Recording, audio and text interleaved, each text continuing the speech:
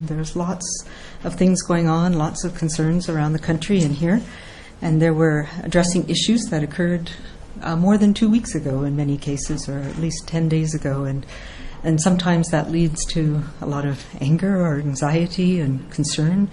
We do wish things could have been different, and but we can't change those things, and we're dealing now with issues that happened, as I say, up to 2 weeks ago. So today we need to think about now and think about what we need to do now so that what we're dealing with in 2 weeks will be able to be better and we can move forward. So our focus continues to do everything that we can to the best of our ability to make a difference for the next few weeks. To give you a case update then, we are going to be reporting, as I mentioned yesterday, the aggregate number of cases and cases by health authority breakdown, and we'll have those numbers for you. But we've had 83 new cases added to our database today, and I'll explain that in a minute, for a total number of cases of 186 here in British Columbia. 116 are in Vancouver Coastal Health Region, 47 in the Fraser Health Region, 12 are on Vancouver Island, 7 in the interior, and 4 in Northern Health. In addition, tragically, we have 3 new deaths reported today. 2 of them are associated with the ongoing outbreak at the Lynn Valley Care Centre, and 1 is a gentleman in his 80s in Fraser Health who passed away in hospital yesterday. In terms of total number of hospitalizations, we have 7 people who are in hospital, 4 of whom are in intensive care unit at this time. As you can see, the vast majority of the cases that we have are people who are being managed in isolation at home. In addition, we continue to have 5 cases who have recovered, although, as I have mentioned, we have many others who had very mild symptoms who have not yet met the criteria to be considered and are fully recovered. Today, in addition, we have taken the extra step of declaring a public health emergency in the province of British Columbia. This is something that, as you know, we've had as a tool in our toolkit for some time, and I felt that today was the tool. This is the tool that we need now. We've taken a number of unprecedented measures in the last few days, and this declaration of an emergency enables me to be faster, more streamlined and nimble in the things that we need to do right now. To go back again to the numbers, and then I'll talk a little bit about, there's that's a large increase, and it really is not reflective of just the number of people who tested positive in the last 24 hours. As we've been talking in the last few days, we've had a dramatic increase in numbers of people going for testing and number of people being tested, as well as expansion of testing to 5 different sites in the province, and more are coming on board. So this is a reflection of a number of people who were identified in those other sites, particularly St. Paul's and VGH, where the testing was presumptive positive at those places and then had to come into the BC CDC for a second confirmatory test. So there was a delay in getting the second test and the confirmation, and the numbers then getting into our official provincial reconciliation, if you will. So in the meantime, the people who had tested positive over the last number of days from St. Paul's or from VGH were notified of that. Public Health was aware that these were presumptive positive, and the important actions to try and prevent transmission and to support people in isolation were all being taken. We are going to see that change over a period of time. So a big step up today as they tried to reconcile all these numbers. And there's a backlog of cases as well that we are managing over the next little while with that confirmatory testing at the BC CDC. So we're likely to see those numbers increase in the next few days as well. And this is in keeping with the testing strategy, our new testing strategy that we've moved to. And as we've always said, the first line of defense is testing. And as you know, we started with a strategy of testing broadly in the community because we needed to determine people coming in from other countries who were carrying this disease and could potentially spread it to others in our communities. We now know that all areas of the world really are at risk, and that this virus has been circulating in many areas around the world. So we've moved to the mitigation part of what of our response here in British Columbia. So that doesn't mean we're stopping testing or we're stopping our case in contact and contact tracing and containment piece. But part of our mitigation is for people who have traveled come back to Canada from anywhere, including the United States. We are now ensuring that they are all isolated and self-isolating at home for 14 days, so that if they develop symptoms, and most people, of course, we know, have mild symptoms, they will not be transmitting it to others, and they will be in isolation at home. So for most of those people, there is no need for them to be tested, unless their disease is severe or they look like they're either hospitalized or about to be hospitalized. So that is it's an expectation of everybody who comes in to the province, and we have issued an order on a class of people, which is just the legal way of saying that this is not this is voluntary unless you don't do what we say, and then we have the ability to enforce an order on it. So it is something that we take very seriously and that we are willing to enforce if we need to. But our experience has been, with follow-up with most people, is they understand this. They understand the risk to themselves, to their families, and to their communities. And we've not had issues where people have been refusing to isolate or take the advice that they're given so far. So our testing, as you know, is now focused on clusters and outbreaks in the community that may not be related to travel, so that we're able to effectively and quickly manage those, as well as healthcare workers, our long-term care facility residents, and people who are hospitalized. The second line of defense that we're really focusing on, of course, is things that we're calling social distancing, and part of that is measures to reduce people who are going into healthcare facilities, trying to keep seniors protected, and staying away from others, the physical distancing part. And one of the most important parts of that is saying 1 to 2 meters from others. And we talked a bit about this when we put in measures around mass gatherings.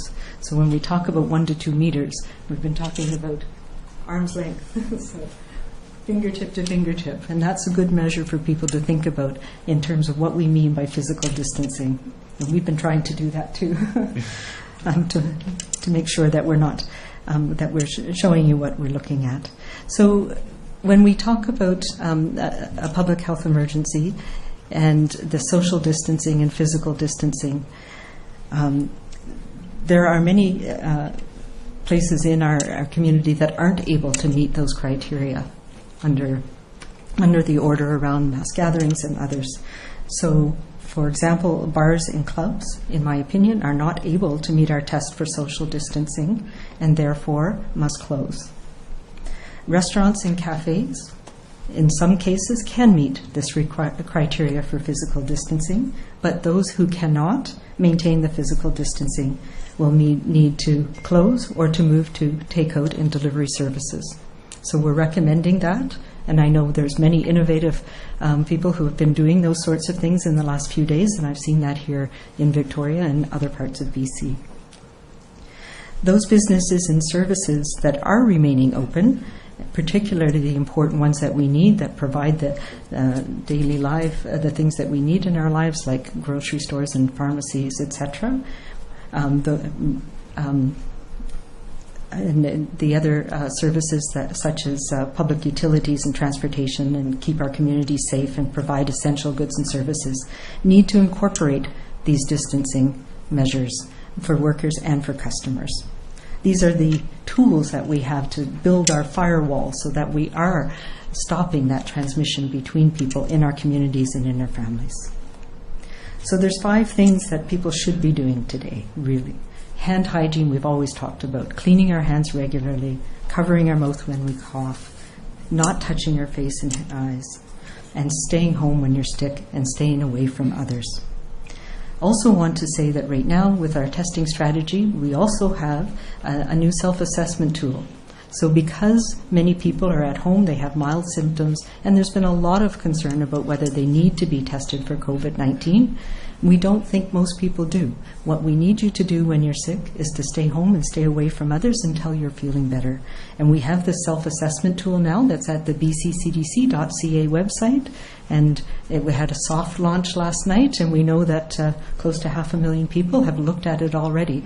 So that's great. That gives you some advice on what to do and some reassurance. So you know when you're looking at that, what are the warning signs that you need to think about, and who does need and who doesn't need to be tested, and the fact that you can stay home and recover from this. We also want to talk again about protecting our most vulnerable people in our communities, particularly our seniors and elders. And we encourage all of them to stay home, stay away from others, stay away from crowds. And as a community, we need to come together to support those people in our community who need our assistance at this time. These are the steps that we're taking now.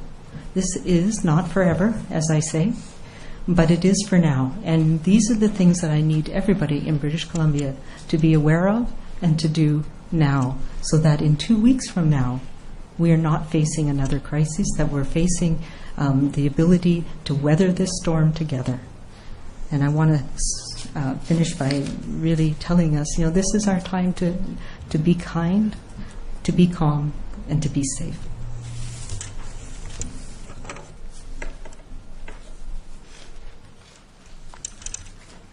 Thank you very much, Dr. Henry. I think Dr. Henry is right. Yesterday was a particularly somber day.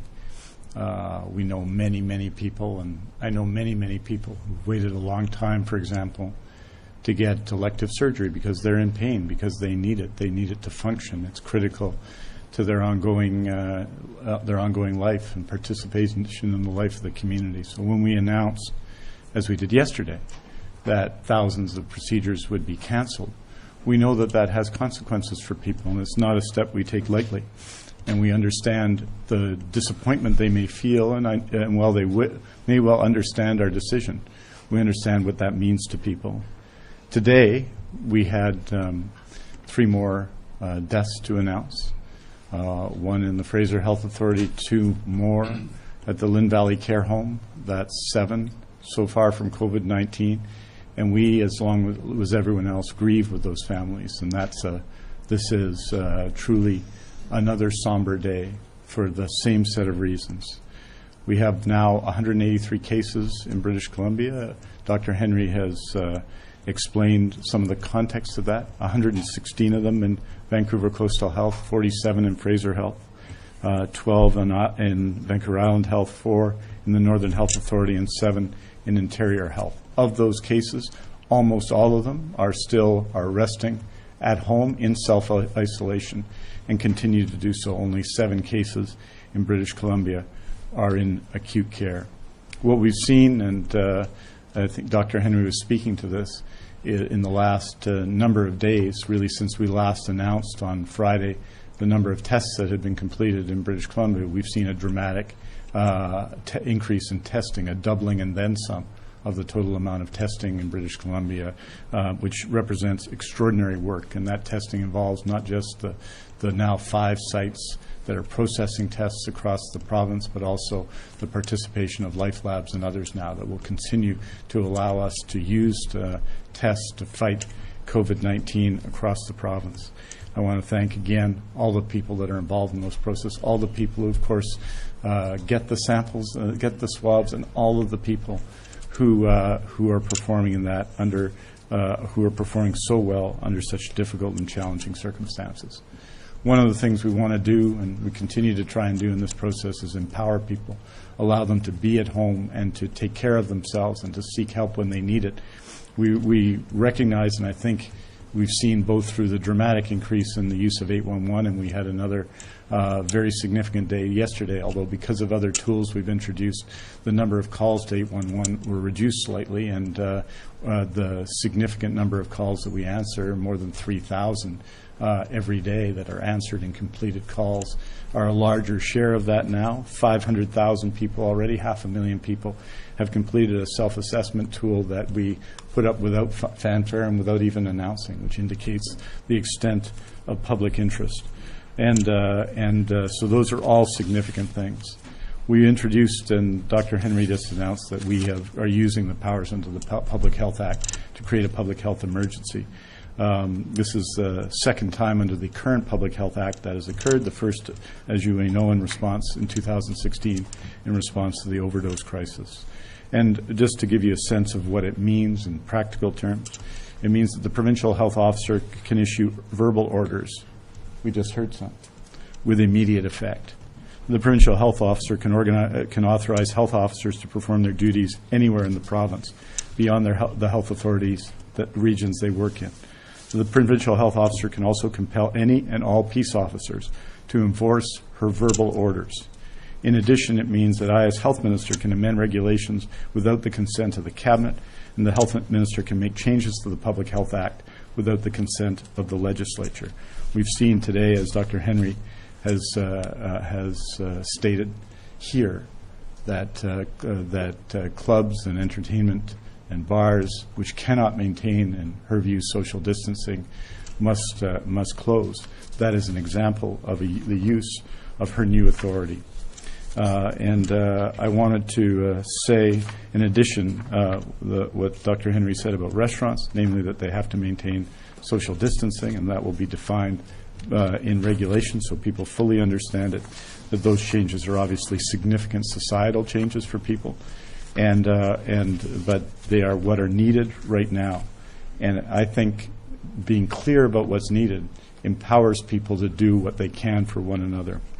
There have been a number of questions as well about specific issues around supplies. We received a significant order of swabs today, and Dr. Henry described on Saturday how people at the BC CDC had repurposed swabs for use in support of COVID-19 testing in an imaginative and impressive way. We are soon to receive significant new shipments of masks, of N95 masks, which is of concern to a lot of people in the community and obviously in healthcare who are concerned with that, and we have adequate supplies well up to that time.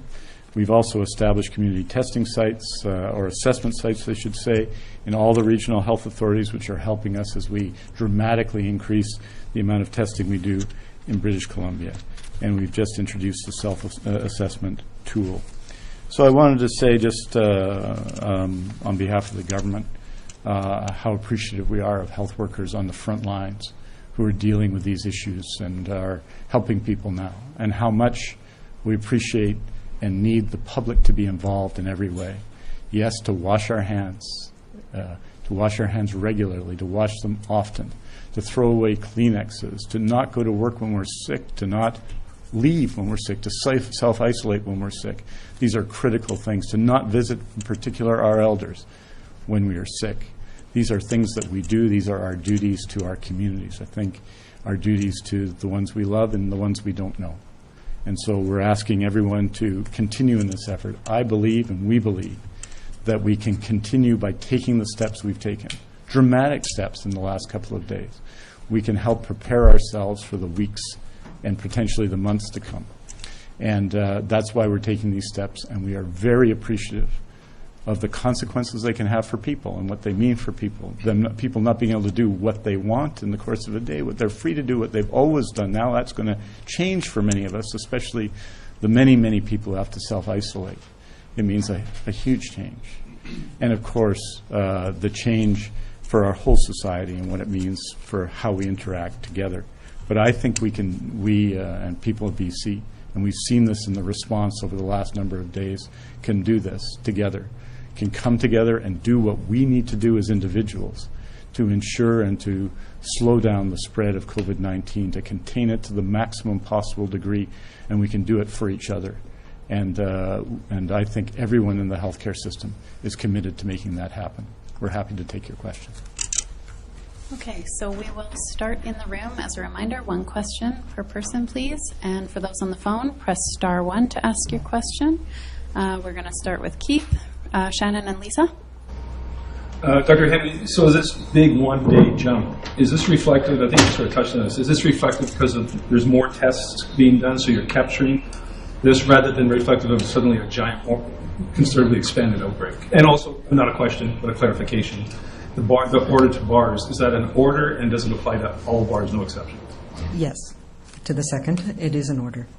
And with regards to the first, it's more of a reconciliation of the numbers, and it's a reflection of a lot of testing that's been done. As you see, most of the cases are in Vancouver Coastal, and of course that's where we're dealing with the outbreaks at Lynn Valley, at Hollyburn, and in Lionsgate Hospital. So there has been quite a lot of testing. It's also reflective of people who've been tested in the emergency departments and the urgent and primary care center at Vancouver Coastal. So because that testing has a higher probability, and some of it didn't get into our numbers over the past few days just because everything has been so ramped up and we thought it was increasing gradually, but then last Thursday with the declaration of the pandemic and the measures that we introduced, it really went up quite dramatically. So it was a bit of time and reconciliation in getting the secondary testing that's done at the BC CDC.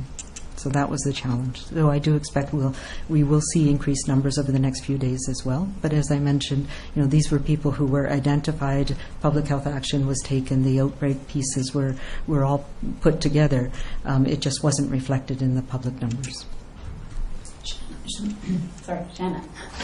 Dr. Henry, can you just go over again the testing protocols that BC is following at the moment? I've had a few people reach out concerned about their own issues with being immunosuppressed or at higher risk.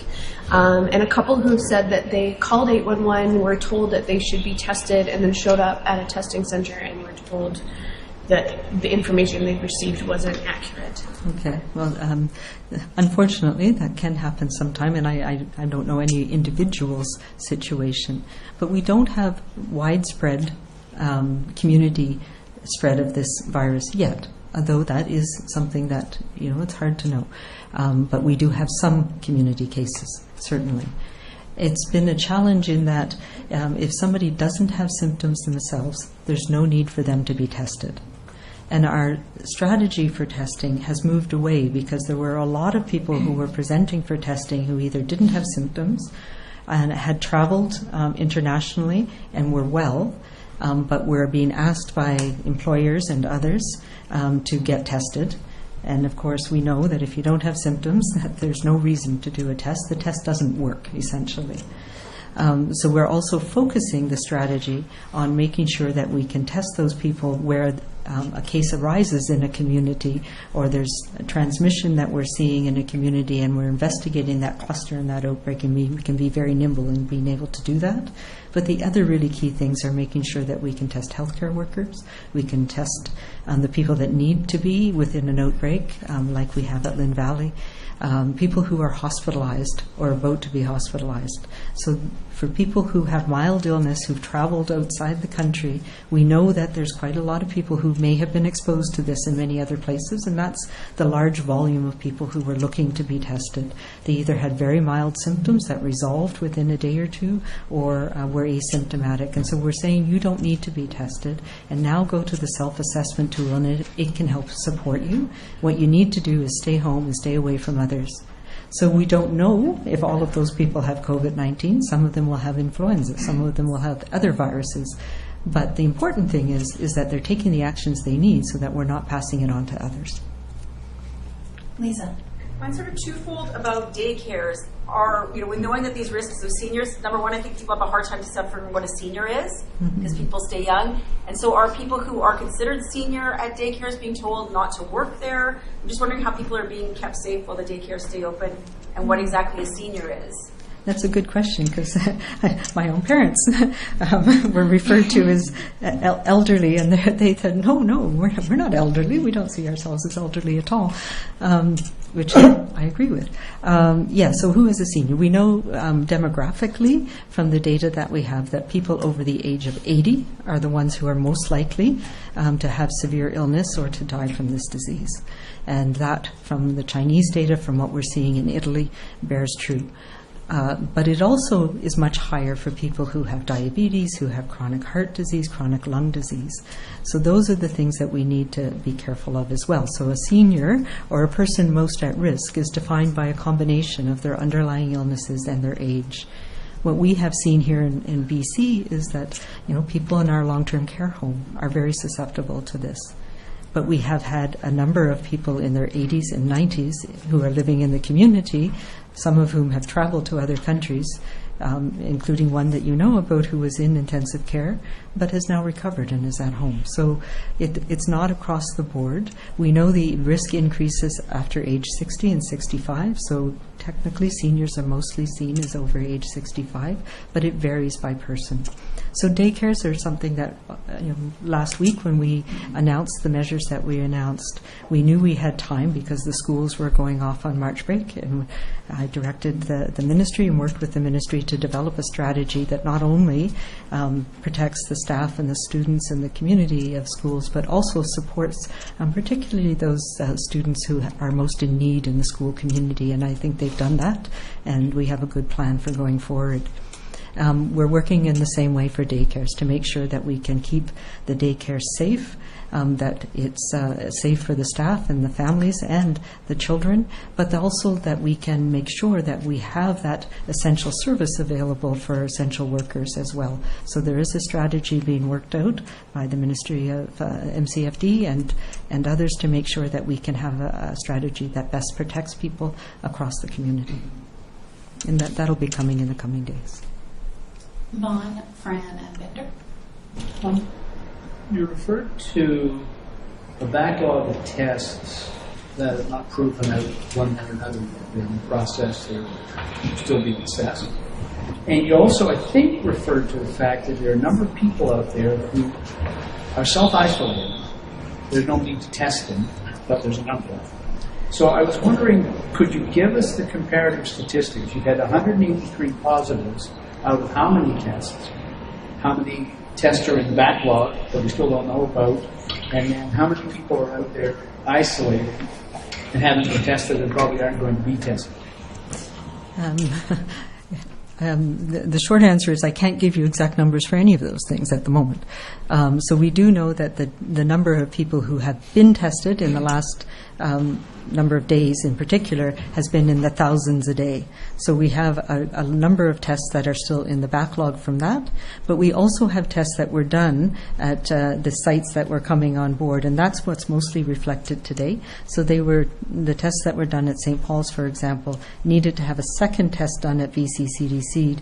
They were called a presumptive positive until the lab had got into the place where they were validated, it's called, in the lab speak. So initially we had the same thing with BCCDC. We called it a presumptive positive and we had to send it to Winnipeg, but we acted on it as if it was a positive. And that's the same with these. They were identified at one of the other labs and they were acted on, but they didn't make it into our reconciliation until it was confirmed at the BCCDC. So now all of the labs are doing it on their own, and we should be able to over the next little while. I also, there was a backlog, as we mentioned on Monday, yesterday, that particularly over the weekend, and we've now brought on new resources at Life Labs and others in the back office to help work through those tests. So they will be reconciled, I hope, by the end of this week, and we should have more stable numbers after that, particularly with our new testing strategy.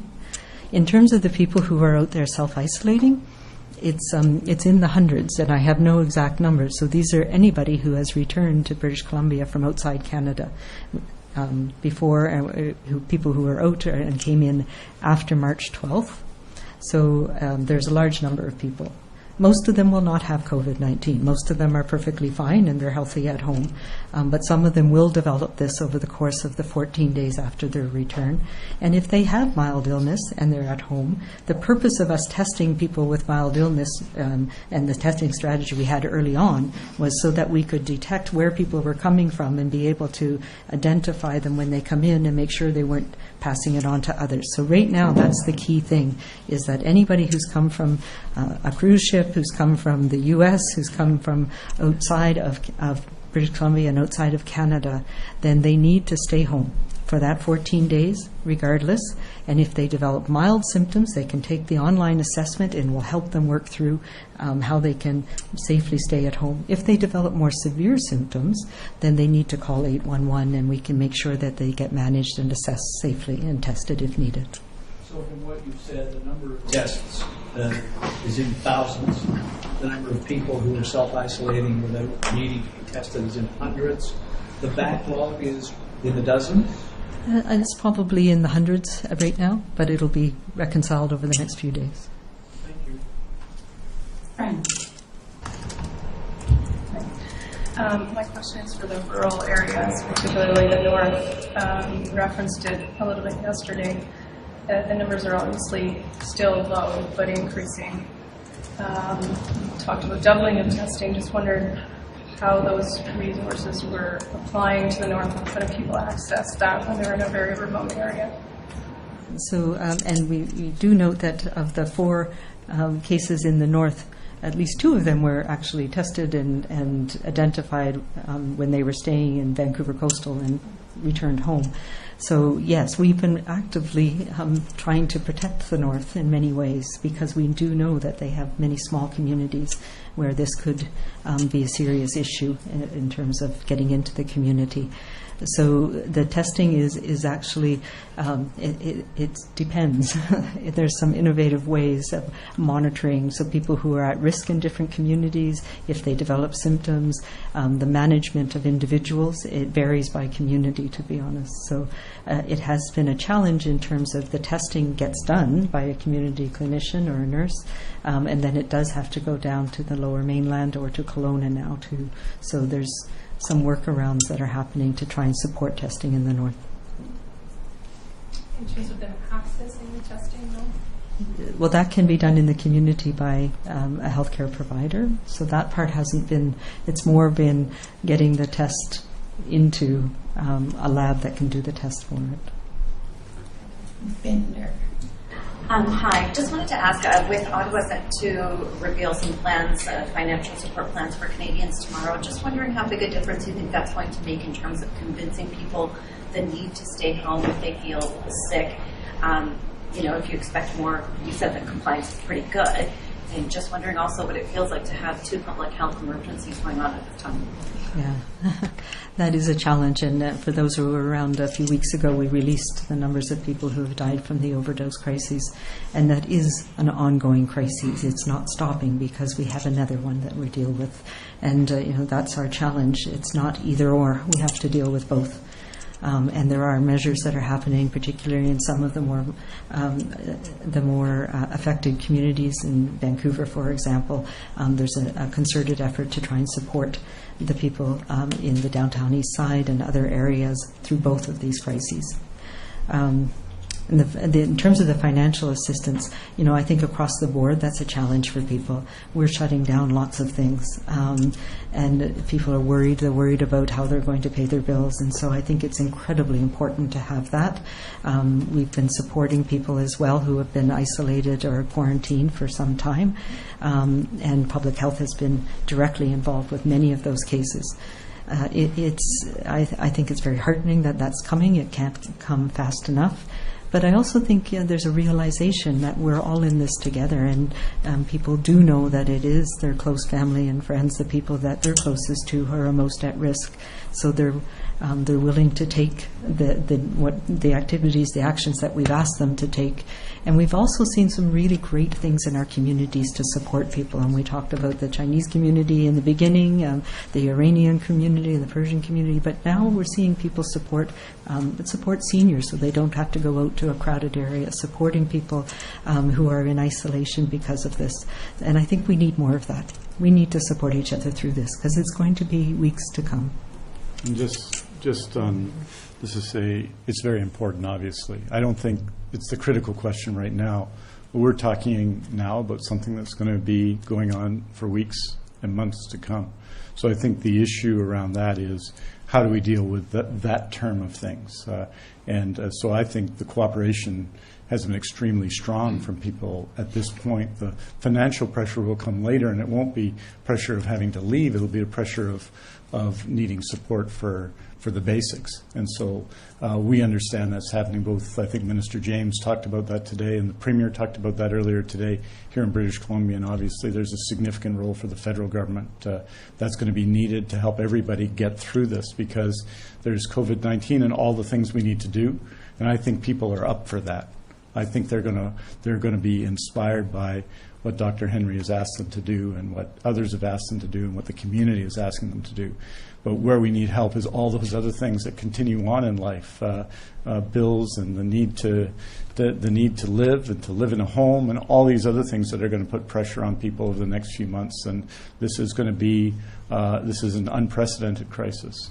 On the fact that there's 2 public health emergencies, absolutely, and there's been an enormous effort over years. They're different in the way they present, but they're both significant public health emergencies. And for people who are in some ways involved in both, they present real challenges that are also major challenges for the health system to address. Okay, one more question in the room from Adrian, and then we will go to the phones. A question for Dr. Henry. Regarding small communities that are seeing a dramatic increase in population because of tourism, like Tofino, there are concerns that the health infrastructure is not good enough to face an outbreak.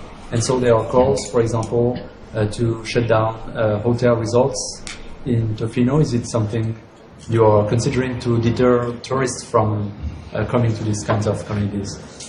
Not so much, mostly because we've been deterring tourists, and there's going to be restrictions on people who come into Canada that the government announced yesterday, and as well, we are actively discouraging our American friends to come in at this point because of the concerns around this virus.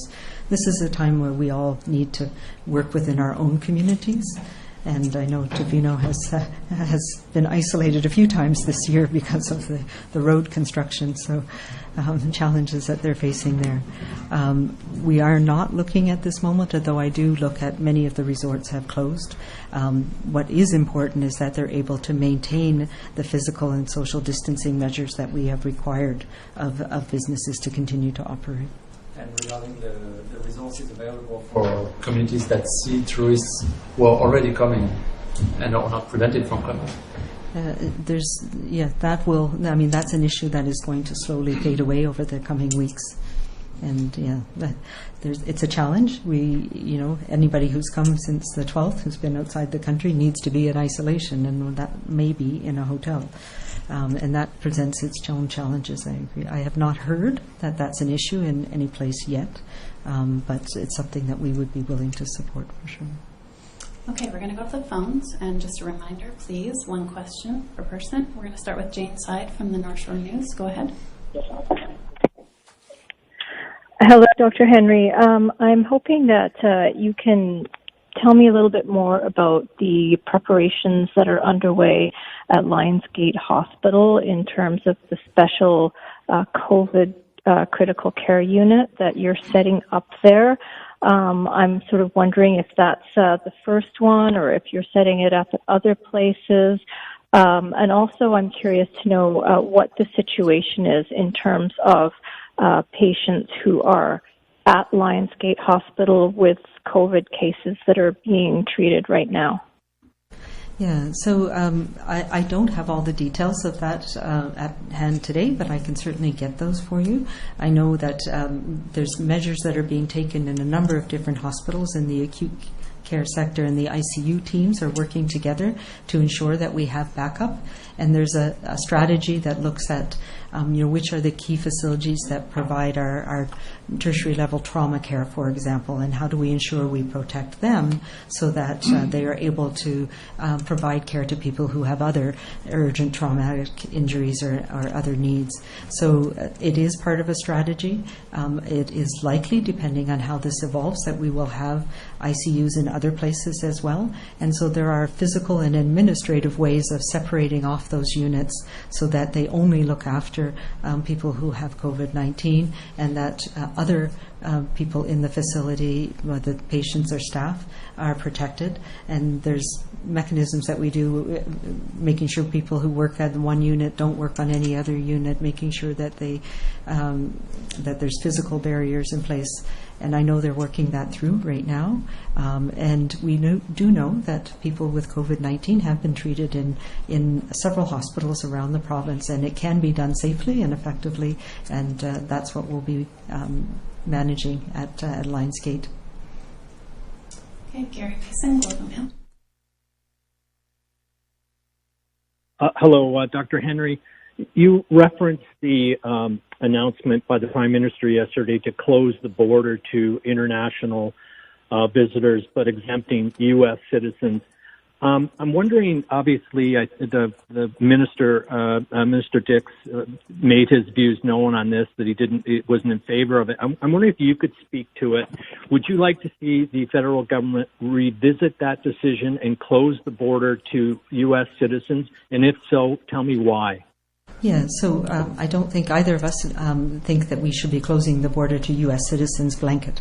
We have an interconnected economy. We have interconnected essential services and goods that move across our borders all the time. So our supply chains for our grocery stores, for retail stores, and some of the essential goods that we need now need to move across that border. What we are requesting, and what I agree with, is that the border be closed to visitors, people who are coming from the U.S. to visit in British Columbia, and I think that's a reasonable measure. We obviously don't want and can't keep out Canadians, and nor should we, or landed immigrants or others who have a residence here, but people who are just coming as tourists to visit, this is not the right time to do that. And Gary, it's pretty straightforward. I mean, we're asking people who come here to self-isolate. It simply doesn't make sense to say people can enter the country as visitors and then self-isolate for 2 weeks.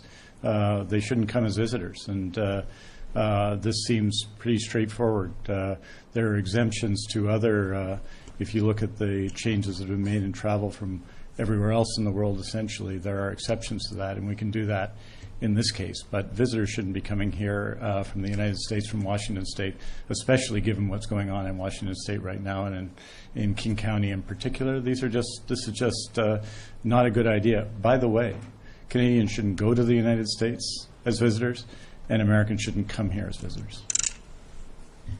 Richard Zisman, Global News. Dr. Henry, I'm just wondering if there's a number for how many doctors and frontline first responders have been diagnosed with COVID-19. We're hearing some stories of first responders who are concerned that they have been infected when working with somebody who is one of the deceased now. And are you concerned about running out? Minister Dix mentioned a shortage of N95 masks. Is there a concern of shortages? Yeah, so I'll address the shortages. What Minister Dix announced was that we don't have a shortage of respirators, N95 respirators. We do have sufficient supply now for what we need, and we have supplies coming in, both ones that we've ordered previously, but also as part of the national order that's been supported by the federal government. I do know that there have been a couple of exposure events, most recently a person who died in the Fraser Valley area, as well as we know, the outbreaks that we're investigating both at Lynn Valley, at Hollyburn, and in Lions Gate. And so those are all involving nurses, physicians, other people who were in the area in the room. And I know that there's a detailed investigation that's done in each person, and paramedics are part of that process. And they are very much part of our healthcare system, and they are notified if they've had an exposure to anybody who has been diagnosed with COVID-19.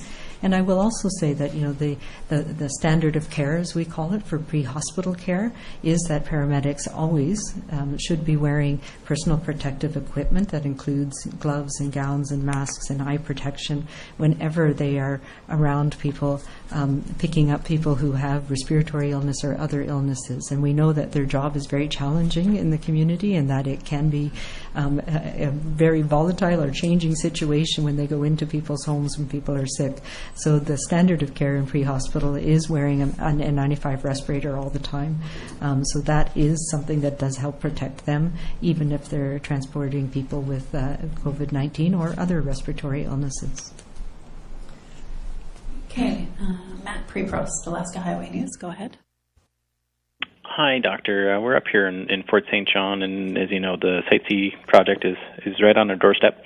Of the cases that have been confirmed in the Northern Health Authority, can you confirm whether any of those are at the Site C work camp and what testing is being done there on site as well? Can you tell us what impact this public health emergency will have on the construction operations there? Yeah, so I know that there's been a lot of concern about the work camp, and Northern Health has been working with the operators up there to ensure that all the appropriate precautions are put in place to support people to continue the work that they're doing up there. And again, under the terms of the emergency, there are very specific things about workplaces, making sure that you can maintain distances so that people in buildings, etc., are able to physically separate from each other, doing things remotely. So construction work outside is not as much of a risk that we're concerned about. Again, anybody who's sick should not be going to work, and making sure that the accommodations there are adequate to prevent transmission of infection is the most important thing that we're working with them on. Megan Turcotto, Global Okanagan, go ahead. Yes, just talking to a flight passenger who was on this flight from Vancouver to Kelowna on March 10th, where a fellow passenger has tested positive.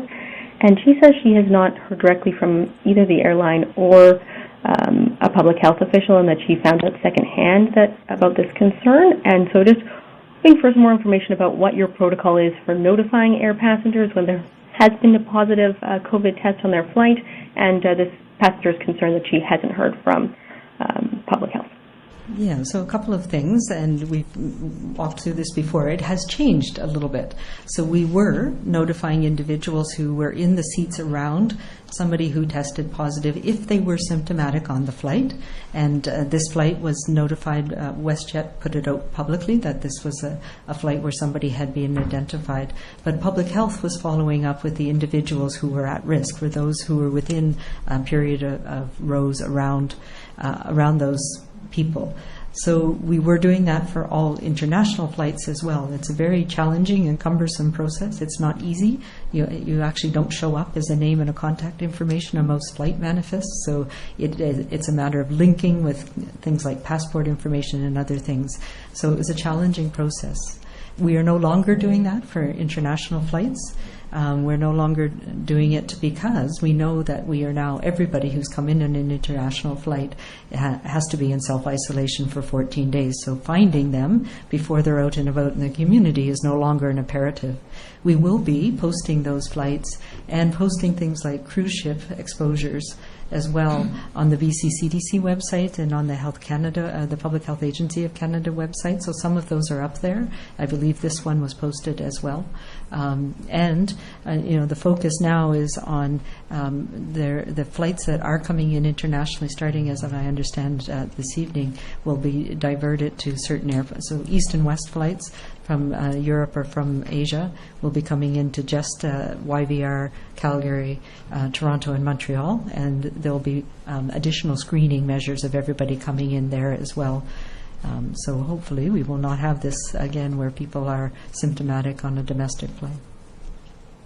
Vincent Plana, Daily Hive, go ahead.